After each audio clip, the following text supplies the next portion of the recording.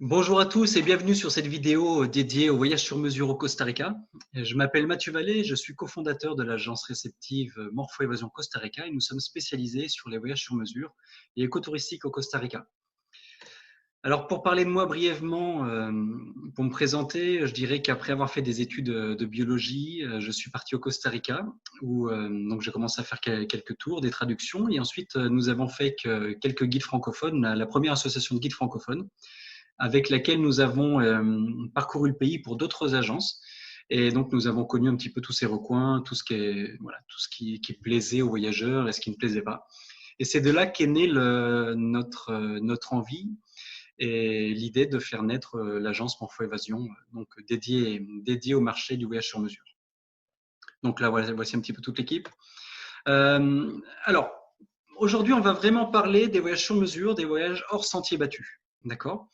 Pour vous présenter très rapidement, dans un premier temps, le Costa Rica. Donc, c'est un petit pays de 51 000 km² à peu près qui regroupe environ 6% de la biodiversité mondiale, ce qui est totalement incroyable. C'est un pays qui a également près de 25% de son territoire qui est protégé et qui est connu mondialement comme la Suisse de l'Amérique centrale. Alors pourquoi cette appellation? Parce qu'en fait, c'est vrai qu'il y a quelques paysages qui peuvent ressembler à la Suisse, notamment du côté du lac Arenal, sur les berges du lac. Mais c'est surtout parce que c'est un pays qui, du fait de ne pas avoir d'armée et d'être un pays neutre et pacifique, fait référence du coup à la Suisse. Alors, ce que j'aimerais faire ressortir avant tout du Costa Rica, c'est sa diversité de paysages, sa diversité d'activités. Alors là, vous avez par exemple un paysage tout à fait courant au Costa Rica. C'est une belle forêt luxuriante, une cascade magnifique au milieu. Là, ici, on est sur la cascade La Fortuna. Vous pouvez aller vous baigner à ses pieds, vous pouvez explorer les alentours. Et voilà, il y a énormément de choses à faire tout autour de la région de La Fortuna, dont ce que vous voyez ici, le volcan Arenal. Aller au pied du volcan Arenal dans le parc national Arenal. C'est une des activités qu'on peut faire. Vous avez aussi d'autres paysages, comme par exemple la mer, mais pas seulement des plages comme on a l'habitude de voir de sable blanc. Vous avez vraiment des plages sauvages avec la forêt qui plonge dans la mer. Vous avez possibilité de voir des baleines à bosse. Là, on est plutôt du côté Pacifique Centre avec Marino Ballena. Vous avez les éclosions de tortues, une superbe activité à faire en famille. Il y a la ponte, il y a les éclosions. Voilà, c'est quelque chose qui est un des grands classiques au Costa Rica. Un des plus beaux oiseaux peut-être au monde, le quetzal resplendissant, qu'on a la chance d'avoir encore au Costa Rica, plutôt sur la région de Monteverde, Saint-Gérard de Dota. Bien sûr, notre ami le paresseux à trois doigts, très connu. Ensuite, vous avez des plages. Alors, vous avez de toutes les couleurs de sable. Ici, on a une plage de sable brun dans la région du Corcovado, Bahia Drac. Voilà, un petit peu de sable doré dans la région de Samara. Voilà, des couchers de soleil sur toute la côte pacifique qui sont absolument splendides. Vous avez également tout un côté culturel au Costa Rica, ne pas négliger, à savoir des monuments religieux dans des basiliques, vous avez des musées, vous avez le Théâtre national à Saint-Rosé, pas mal de choses à voir également. Mais je dirais que ce qui fait la grande richesse du Costa Rica, ce sont ses habitants. Pourquoi? Parce que les Costariciens ont vraiment cette fierté, cet amour de leur pays, et ils sont encore plus fiers de pouvoir le faire partager. Donc c'est vraiment un des gros atouts de ce pays, la gentillesse des habitants. Alors, quelle est la vision du tourisme au Costa Rica à l'heure actuelle? euh, Actuellement où je vous parle, nous sommes en train de traverser la crise sanitaire due au Covid-19. Cette crise est plutôt quelque chose de positif dans le sens des voyages au Costa Rica et des voyages sur mesure. Pourquoi? Parce que nous allons de plus en plus réduire les voyages en groupe, donc les grands bus de 30, 50 personnes, du fait des mesures sanitaires. Nous allons devoir diminuer les rapprochements. Le fait d'être dans un bus va nous obliger à être en contact avec la personne qui est assise à côté dans le siège. C'est donc les voyages en autotour individuels qui sont, on va dire, la grande priorité des voyages à venir. C'est d'ailleurs pour ça qu'on a beaucoup de grands groupes ou les grandes agences qui viennent vers nous, qui étaient avant spécialisés dans le groupe et qui nous disent, voilà, vous êtes spécialisé dans le sur-mesure en individuel, autotour, qu'est-ce que vous pouvez nous proposer? Ça, c'est des choses, des demandes qu'on n'avait pas avant. Donc, on voit bien qu'il y a vraiment un tournant suite à cette crise. D'accord. Ce type de voyage en autotour vous permet d'être seul dans des environnements incroyables, de côtoyer peu de personnes. Il faut savoir qu'au Costa Rica, il y a une densité de population très très faible. Donc, à part dans la zone métropole, vous croiserez peu de monde. Même dans les parcs nationaux, à part peut-être le parc national Manuel Antonio qui est très fréquenté, le reste des parcs comme celui-ci, le parc national Rincón de la Vieja, vous voyez, il est très fréquent de ne rencontrer personne presque pendant des heures, quoi. Il y a vraiment aucun souci. Le Costa Rica aussi offre cette possibilité d'avoir de vrais échanges. Ça, c'est très important d'avoir des échanges authentiques. Voilà, c'est pas du folklore, c'est pas parce qu'un tour est organisé par une famille que ça va être complètement touristique, qui aura aucun rapport humain. Non, ou du moins c'est pas du tout ce que on va vous proposer. On est contre ça. Pourquoi? Parce que ça peut vraiment gâcher la qualité d'un voyage et le retour qu'en aura le voyageur ensuite. Là, par exemple, vous avez la communauté Bribri, qui est donc située à la frontière du Panama et du Costa Rica, qui est une communauté que nous aimons beaucoup, et qui, là, vous voyez, un papa avec son fils. En fait, ils vont vous accueillir. C'est une famille dans ce qu'on appelle un palenque, la maison traditionnelle. Là, vous allez recevoir le repas. Ils vont vous parler un petit peu des légendes, tout ce que vous voulez savoir, et c'est vraiment un vrai échange, un vrai partage.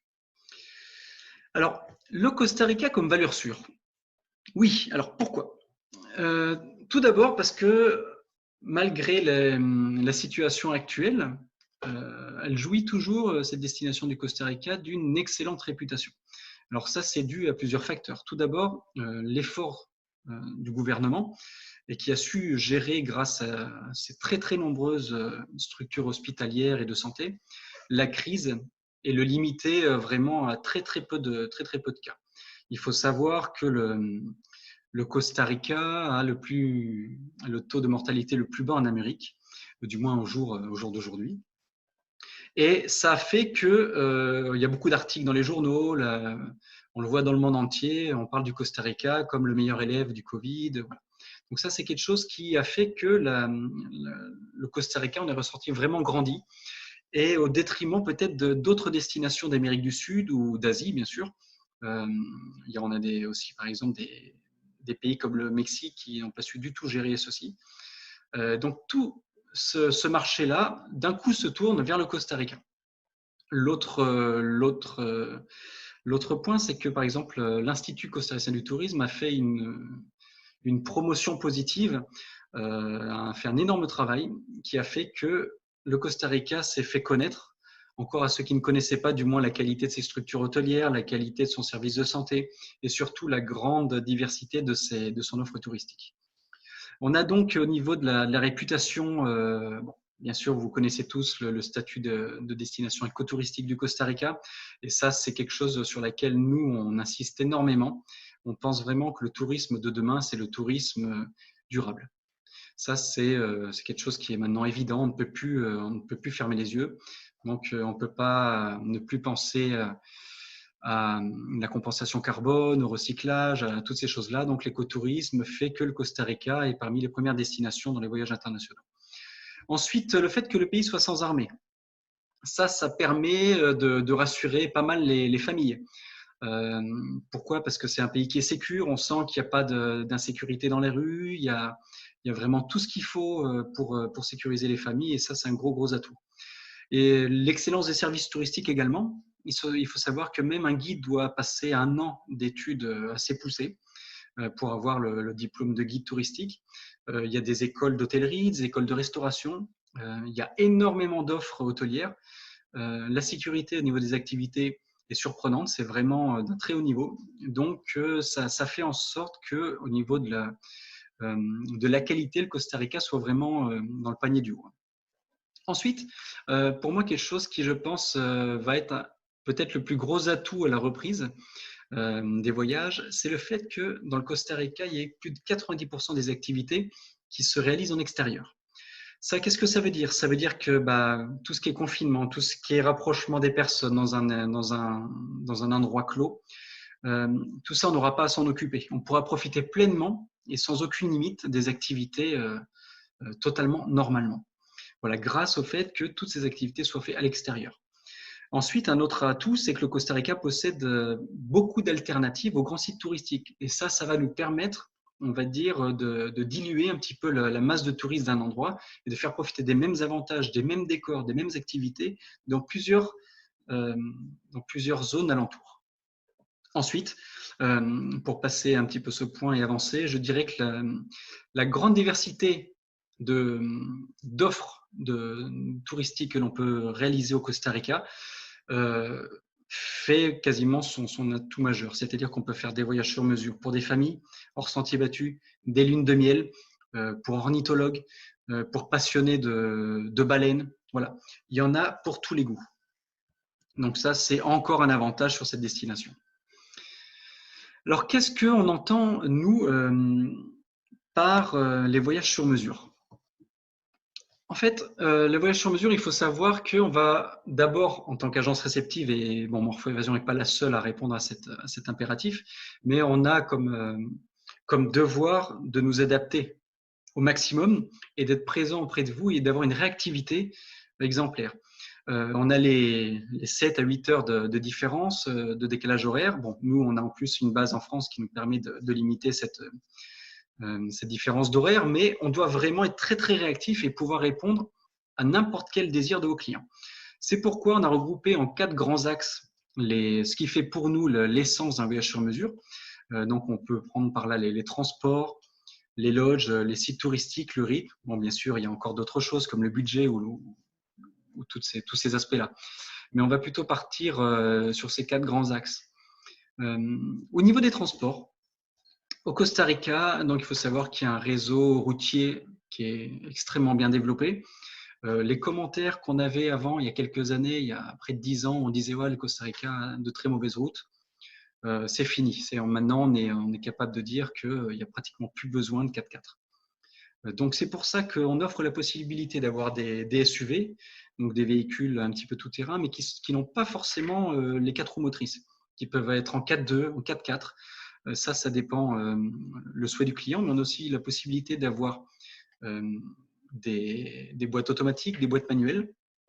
Et maintenant, on inclut aussi dans le dispositif des véhicules un petit appareil il vient sous plusieurs formes, soit sous forme de routeur, soit sous forme de téléphone, qui va en fait partager une connexion Internet à tous les occupants du véhicule et vous permettre en fait d'être en contact direct avec nous pour l'assistance 24 heures sur 24 tout le long du voyage. Ça vous permet de vous renseigner sur Internet, sur les destinations. Tiens, c'est quoi comme animal?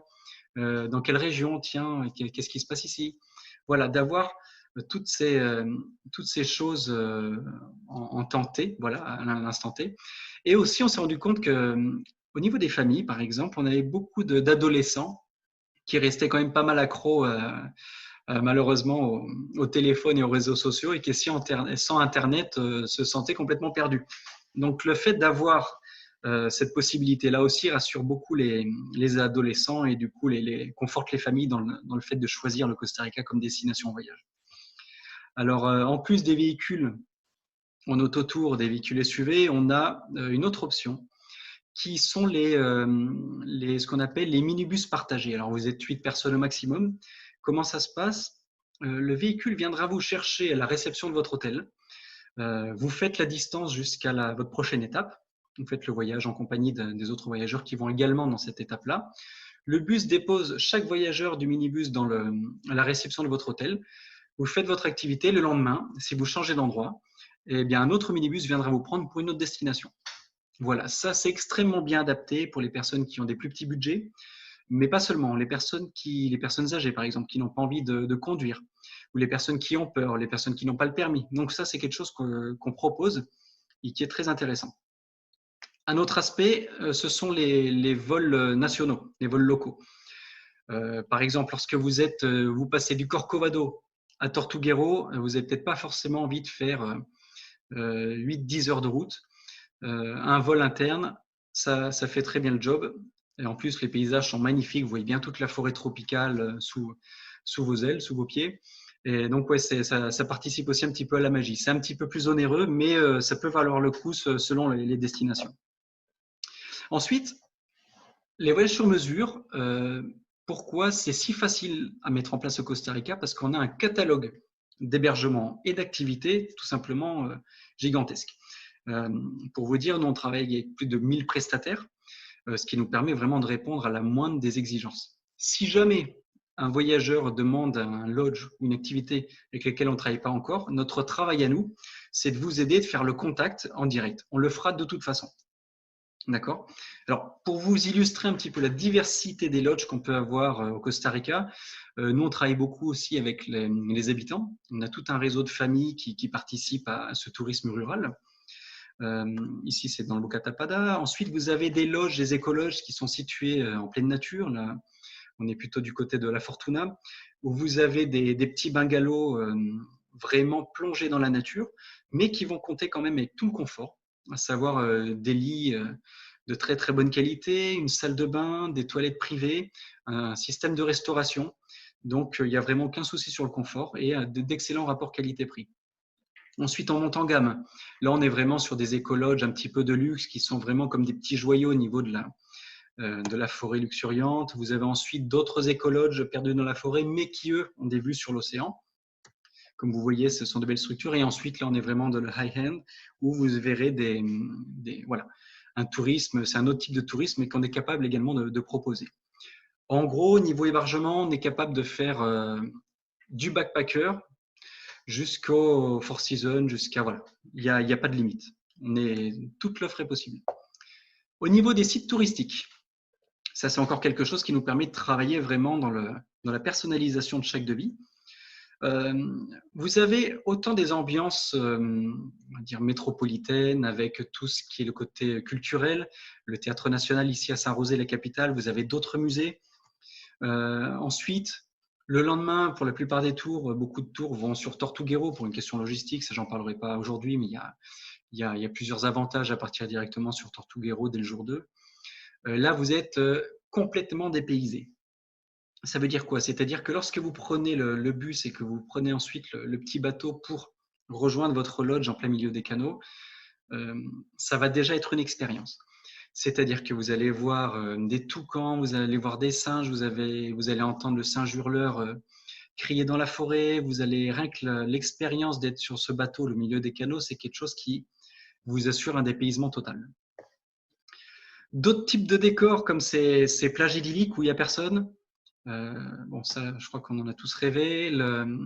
Un autre décor complètement différent et pourtant à quelques heures, ce sont les forêts nuageuses, un petit peu plus élevées. D'accord, à plus de 1600 mètres d'altitude, là vous avez des forêts complètement dans des nuages, on dirait un petit peu gorille dans la brume. C'est complètement différent. Encore différent, là nous sommes sur la côte Caraïbe, du côté de Cahuita. Et donc là, vous allez plutôt avoir l'ambiance caribéenne.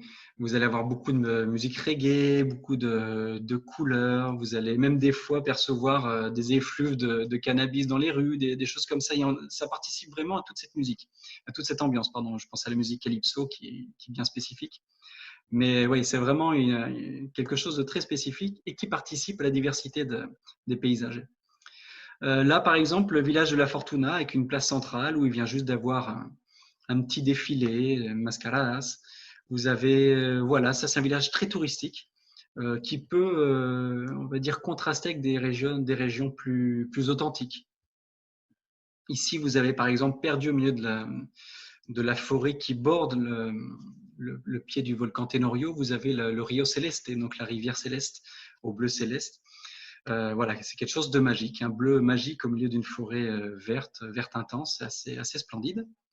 Vous avez d'autres paysages. Alors là, c'est plutôt en saison des pluies que ça a été pris, parce qu'on voit que la végétation est encore très verte. Mais dans le Guanacaste, le Rincón de la Vira, là, vous avez, en pleine saison sèche, vous vous croirez en Afrique. C'est-à-dire que ça fait vraiment des forêts sèches, des savanes africaines, ce qui contribue encore à changer complètement d'univers alors qu'on est à 1 heure de route d'un autre site touristique. Voilà. Ensuite, je dirais que les nombreuses activités par région, la richesse de ces activités permettent à votre voyageur de choisir s'il préfère rester 1, 2 ou une semaine par endroit. Après, bien sûr, on est limité dans un laps de temps total. En général, on ne va pas plus d'un mois, le temps idéal étant de 14 jours.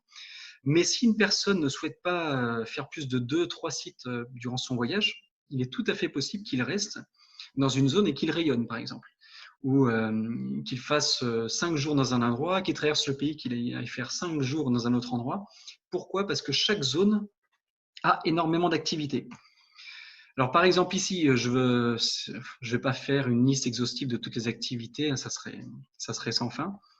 Mais vous avez par exemple le Pacoré Lodge, enfin le Pacoré, la rivière Pacoré, qui est un des 5 plus beaux raftings du monde. Vous voyez, c'est absolument, le décor est splendide. Vous pouvez faire des tours de café. Pour les amateurs de photos, le Costa Rica, c'est le paradis. Pourquoi? Parce que les animaux n'ont pas cette peur à l'humain. Comme ils ont été protégés depuis de très très nombreuses années, que ce soit les oiseaux, les mammifères, voilà, les reptiles, ils sont tous très, très peu méfiants finalement et se laissent prendre facilement en photo. Alors ici, vous avez les ponts suspendus. Là, c'est encore un autre aspect magnifique du Costa Rica, c'est de voir la luxuriance et la richesse de la faune et de la flore au niveau de la canopée des forêts. Ça, c'est très, très chouette. Alors bien sûr, la tortue lutte, pouvoir voir pondre une tortue lutte sur une plage déserte sous le ciel étoilé en pleine nuit, c'est absolument un souvenir inoubliable. Après, on aime beaucoup faire des tours d'ananas organiques. Nous, on est vraiment dans ce créneau-là, à savoir le tourisme durable et pour aider les populations locales. Donc, Dom Belicio, qui est une personne adorable, qui sera plus que fier de vous montrer comment il cultive des ananas sans forcément impacter l'environnement. Après, vous avez par exemple des tours en canoë que vous pouvez faire dans plusieurs régions, comme Sarapiquí, Tortuguero ici, Boca Tapada, Palo Verde. Il y a beaucoup de choses à faire dans tout le pays. Bien sûr, le surf, le Costa Rica est aussi une destination surf. Et le wellness, tout ce qui est eau thermale. On a des eaux thermales vraiment de très très grande qualité, de très grand standing. Vous avez énormément de yoga, de massage, de choses comme ça qui peuvent être réalisées au Costa Rica. Donc toute cette diversité d'activités est vraiment un énorme atout au moment de la création de forces de proposition aux voyageurs. Alors, nous, au niveau des sur-mesures, on aime beaucoup faire ce qu'on appelle les voyages hors sentier battu. Alors, on a entendu beaucoup ce terme un petit peu partout, et il y a des fois un petit peu une équivoque quant au sens. Il ne faut pas confondre, je pense, hors sentier battu et tourisme rural.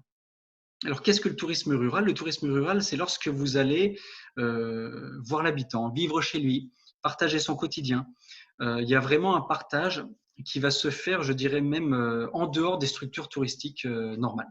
Le circuit hors sentier battu, ça va être un voyage qui va vous permettre de visiter des endroits qui ne sont pas forcément les grands classiques, par exemple ici du Costa Rica, mais tout en bénéficiant du confort et de la qualité des hôtels et des activités. Alors par exemple, nous, dans un hors-sentier battu, on aime quand même inclure un ou deux classiques. Pourquoi? Parce qu'on s'est rendu compte que si on était complètement hors sentier battu, eh ben on était complètement hors sujet. Ça ne se vendait pas. Le voyageur ne comprenait pas pourquoi, s'il venait au Costa Rica, il ne pouvait pas voir Tortuguero ou la Fortuna, le volcan Rénal. Et on comprend, c'est comme si on allait à Paris sans visiter la Tour Eiffel. Donc, on s'est dit que pour que ça soit un circuit qui puisse être attractif, parce que notre rôle, nous, en tant qu'agence réceptive, c'est de vous donner un produit qui soit attractif, que vous puissiez vendre facilement à vos voyageurs. On a vraiment besoin d'avoir un ou deux grands classiques. Alors, ça peut être Manuel Antonio, ça peut être Monteverde, La Fortuna, Tortuguero. Pas tous en même temps, parce qu'il faut aussi qu'on puisse découvrir des choses beaucoup plus authentiques, mais qui au moins c'est une ou deux valeurs sûres dans ce circuit. Et puis, un des gros avantages des circuits hors sentier battu, c'est que ce sont des circuits qui sont adaptables à absolument tous les publics, autant au public avec des enfants en bas âge, des personnes âgées, des petits groupes, des familles, des lunes de miel. Ouais, ce sont des circuits qui peuvent être vraiment proposés à tout le monde. Alors, parmi les hors sentiers battus, on aime beaucoup mettre des lodges, vraiment des écologes qui sont perdus dans la forêt, qui font que votre voyage sera inoubliable. Alors, on peut par exemple citer les arbres dans les forêts qu'on peut trouver dans la région de Boca Tapada, On a ensuite des hôtels un peu plus de luxe qui sont vraiment nichés, tels des joyaux dans un écran au milieu d'une forêt tropicale. On a d'autres types de structures qu'on aime proposer aussi parce que ça fait le charme. Ce sont des tentes de luxe qu'on appelle glamping, ici qui est sur une île au centre donc de la péninsule de Guanacaste, où on a tout ça, c'est cette petite île, Isla Chiquita, ça s'appelle. Et du coup, vous allez avoir le luxe total tout en étant sous une tente. Donc ça, c'est sympa. Et dans un hors-sentier battu, ce qui est intéressant également, c'est que une personne pourra faire, par exemple, pendant qu'une personne de votre groupe fait du canyoning, un exemple, comme on a ici, l'autre personne pourra aller faire des ponts suspendus. Ça, c'est la liberté que nous offre le sur-mesure et les hors-sentiers battus également, c'est de pouvoir varier les activités sans devoir s'en tenir à un programme strict. Dans les hors-sentiers battus, on aime beaucoup aussi ce genre de lodge, des lodges inédits. Et, alors, celui-ci, pourquoi il est inédit? Parce qu'on arrive en fait en rafting. Il s'agit du Pacora Lodge. Vous arrivez en rafting, donc un des plus beaux raftings du monde, j'en parlais tout à l'heure. Vous descendez, et puis là, vous êtes au milieu de la forêt, au milieu des montagnes. La rivière qui coule en contrebas. Vous avez un lodge absolument splendide, tout confort. Il fait partie d'ailleurs des plus beaux lodges du monde.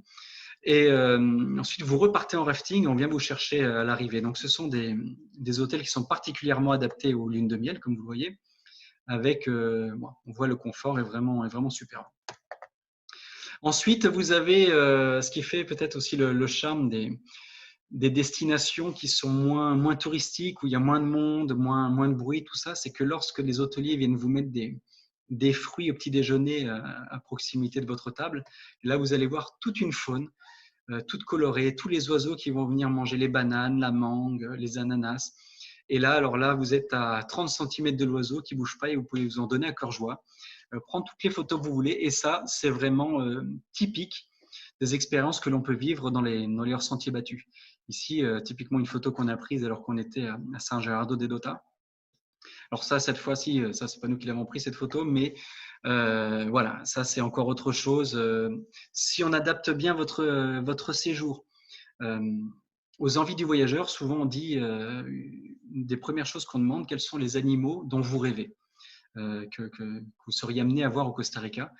Et là, en fonction de la liste, souvent, si c'est des familles, c'est les enfants qui donnent ces informations. Ah, moi, je veux voir un toucan, moi, je veux voir un paresseux, moi, je veux voir un singe, une baleine, des fois des papillons.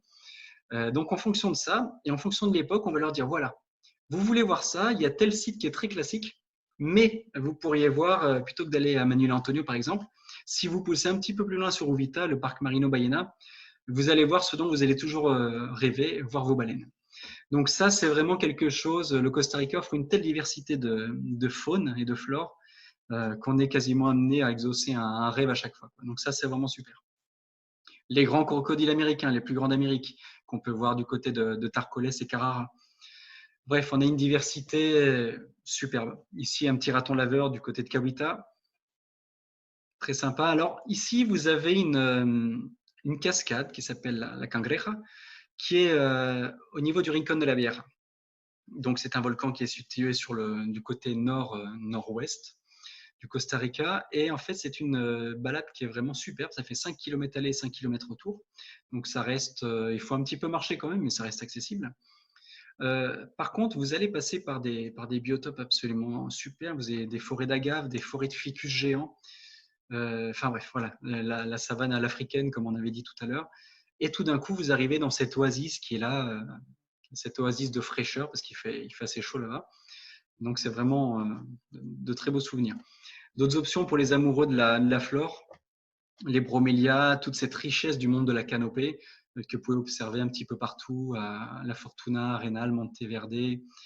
Voilà, vous avez l'option de découvrir cette richesse avec les ponts suspendus notamment, ou avec une tyrolienne, si vous êtes plus aventureux. Après, il y a bien sûr toute l'expérience maritime, avec par exemple ici le refuge Cabo Blanco. Vous pouvez faire de la plongée sous-marine, vous pouvez aller dans des îles, vous pouvez faire des tours de catamaran, vous pouvez faire du surf, du kitesurf. Voilà. C'est sur terre, sur mer, le catalogue d'activités est inépuisable. Vous pouvez aller découvrir comment faire du cacao avec les indigènes. le cacao original. Vous allez voir que c'est plus amer que ce qu'on pense, c'est pas sucré. Enfin voilà, il y a tout ça et les enfants sont assez surpris, ils participent au processus. Ils doivent broyer donc la fève de cacao, ils doivent faire tout ça, goûter, enlever l'écorce. Voilà, c'est vraiment assez sympa à vivre. Et puis après, bien sûr, voir un de ces magnifiques couchers de soleil comme on peut voir ici sur la côte pacifique, Nosara. Les enfants comme les grands, on en est tous fans. Bien sûr, les volcans, un des autres aspects du Costa Rica. On ne peut pas passer à côté. Il y a 5 grands volcans actifs au Costa Rica. Celui-ci, c'est le volcan Irazu. Alors, peut-être pour vous rassurer, simplement vous dire qu'il ne faut pas faire de grand trekking pour aller sur ces volcans-là, puisque vous pouvez garer la voiture. Ici, on est à 100 mètres. L'entrée du parc est à 100 mètres où vous garez les voitures et vous pouvez ensuite observer en toute tranquillité, en toute sécurité, derrière les rambardes. Les enfants, les parents, tout le monde peut voir ce superbe paysage. Donc voilà, ça c'est quelque chose d'important à dire. Il est possible de voir les cratères et de monter sur les volcans, sauf le volcan Arenal, où il est toujours interdit d'y monter, mais de voir les volcans en toute sécurité. Un autre tour qui est vraiment sympa, qu'on aime bien proposer aux familles, c'est un tour de bioluminescence. Alors ça, lorsque votre enfant en pleine nuit met la main dans l'eau et que la réaction qui se fait avec l'air et le phytoplancton dessine, on va dire en lettres de lumière dans l'eau noire, ce qu'il est en train de tracer avec la main, ça c'est un souvenir superbe. En général, c'est les photos, les enfants viennent à l'école, ils en parlent, donc oui, ce sont de très très beaux souvenirs aussi. Et donc voilà, pour terminer un petit peu cette petite présentation un petit peu rapide et vraiment très, très succincte du Costa Rica, j'aimerais rappeler le fait que le Costa Rica est une destination sûre. Sûre au niveau insécurité dans les rues, il n'y en a pas. Sûr, il n'y a pas de grand vandalisme, il n'y a pas de problème. Sûr, au niveau des transports, vous pouvez voyager en toute sécurité. Il est facile de se déplacer. Sûr, au niveau de l'hygiène, il y a énormément de centres de santé répartis sur tout le territoire. Ça, c'est très important à savoir. Et aussi, le Costa Rica a cette réputation écotouristique avec laquelle on va devoir maintenant compter. Et je l'espère, on va pouvoir vraiment passer la seconde sur cette étape-là, à savoir que le tourisme durable devient une règle et non plus l'exception. Nous, on travaille dessus depuis 2011 à faire en sorte que tous les voyages aient un minimum d'impact. D'ailleurs, on a fait le premier voyage 100% tourisme durable. Voilà, si ça vous intéresse, je vous invite à nous contacter. Mais ce tourisme-là est vraiment essentiel, d'un pour la survie des écosystèmes, mais aussi pour pouvoir faire en sorte que les populations locales puissent bénéficier de l'argent apporté par le tourisme. Ça, c'est vraiment très, très, très important à nos yeux. Ensuite, le Costa Rica, vous l'avez vu, on a une richesse de lieux, d'activités, d'expériences, d'émotions, et ça nous permet de faire le voyage quasiment pour tout le monde.